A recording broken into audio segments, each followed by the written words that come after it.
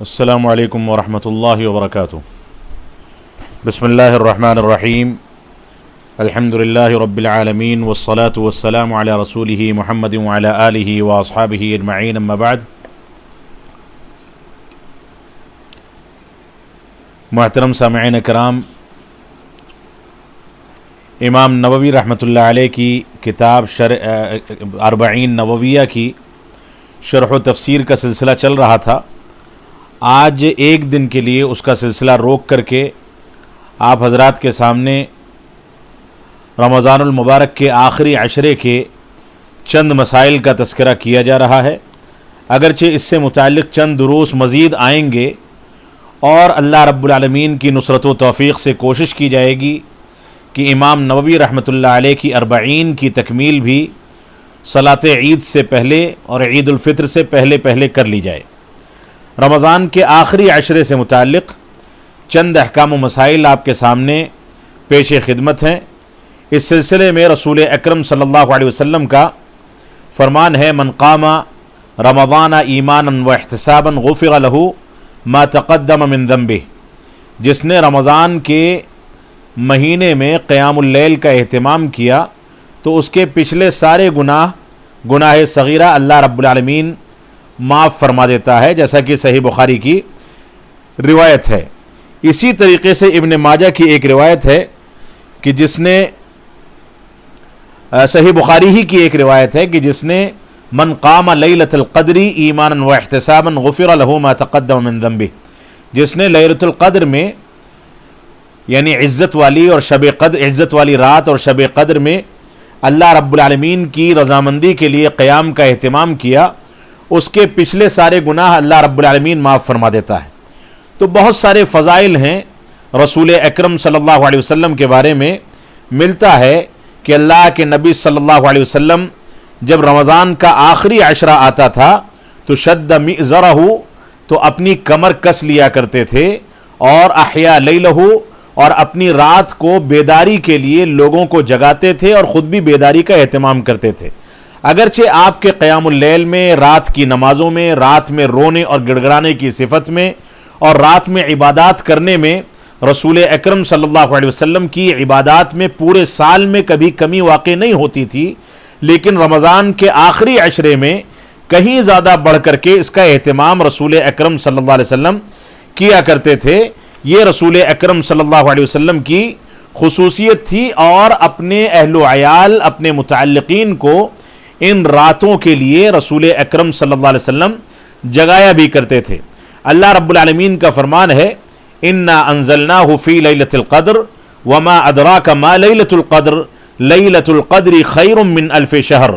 اللہ رب العالمین نے سورۃ القدر میں ارشاد فرمایا کہ ہم نے اس کو یعنی قرآن مجید کو عزت والی رات میں نازل فرمایا، اور اے اللہ کے نبی صلی اللہ علیہ وسلم، آپ کو کیا پتا کہ لیلۃ القدر کیا چیز ہے؟ یہ لیلۃ القدر کی عبادت 1000 مہینوں کی عبادت سے بہتر ہے، جو 1000 مہینے اگر شمار کیے جائیں تو 80 سال سے زیادہ عبادت کے یہ مہینے بنتے ہیں۔ تو اللہ رب العالمین نے اس سورت کے اندر، اس عظیم اور مختصر سورت میں، رمضان کے آخری عشرے اور اس کی طاق راتوں کی اہمیت کو واضح کر دیا ہے۔ سب سے زیادہ اہمیت اس کی اس آیت کریمہ میں یا اس سورت میں یہ واضح کی گئی کہ ہم نے قرآن مجید کو لیلۃ القدر میں نازل کیا ہے۔ قرآن مجید کی عظمت، قرآن مجید کے نزول سے متعلق اللہ رب العالمین کا اہتمام، اور قرآن مجید کے نزول سے متعلق اللہ رب العالمین نے جو سلسلہ اختیار کیا ہے، اس کی عظمت کو اگر سامنے رکھا جائے تو اس عظمت کی وجہ سے ہم اس بزرگ رات اور شب قدر کی اہمیت کو سمجھ سکتے ہیں اور اس کے مقام کو سمجھ سکتے ہیں۔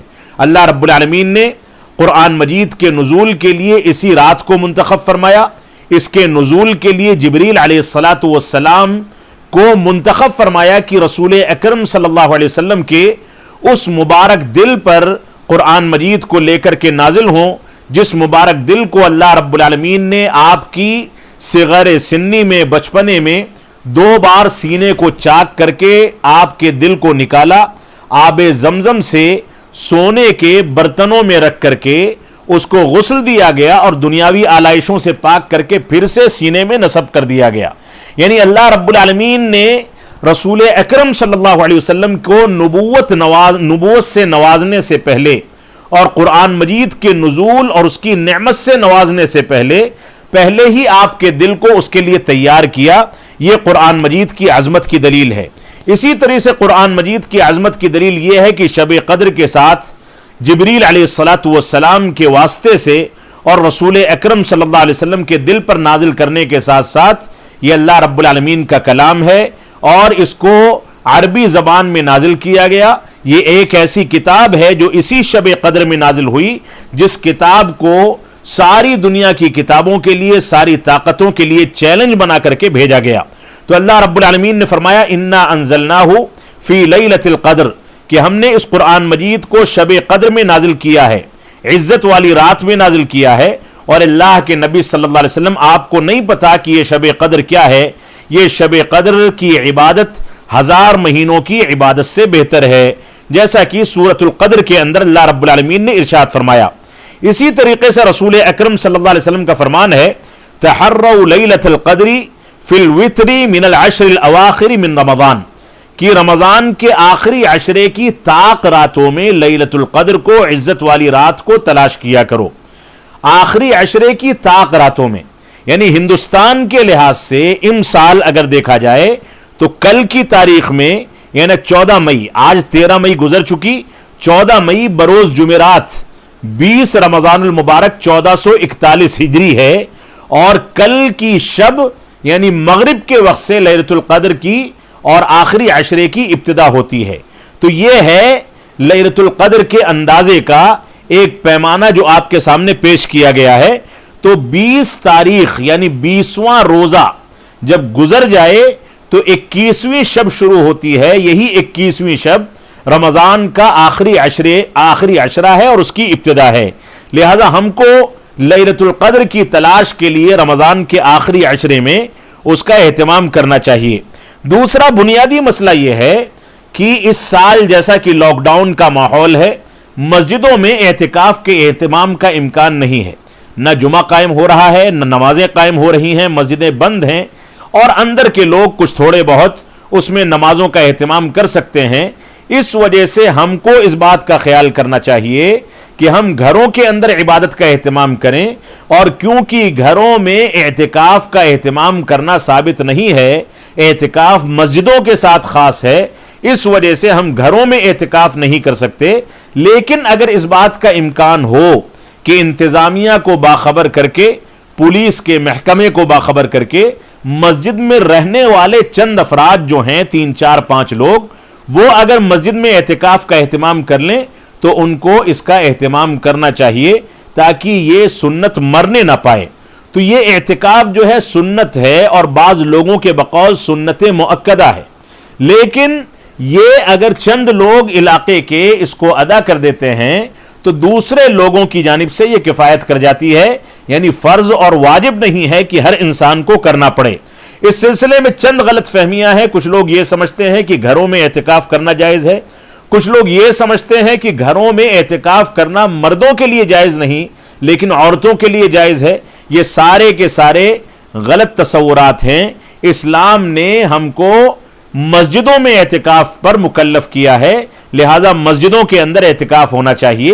علماء کرام نے اس میں یہاں تک سختی کی ہے کہ صرف علاقے کی ایک جامع مسجد جس میں جمعہ قائم ہوتا ہے اسی میں اعتکاف کیا جا سکتا ہے.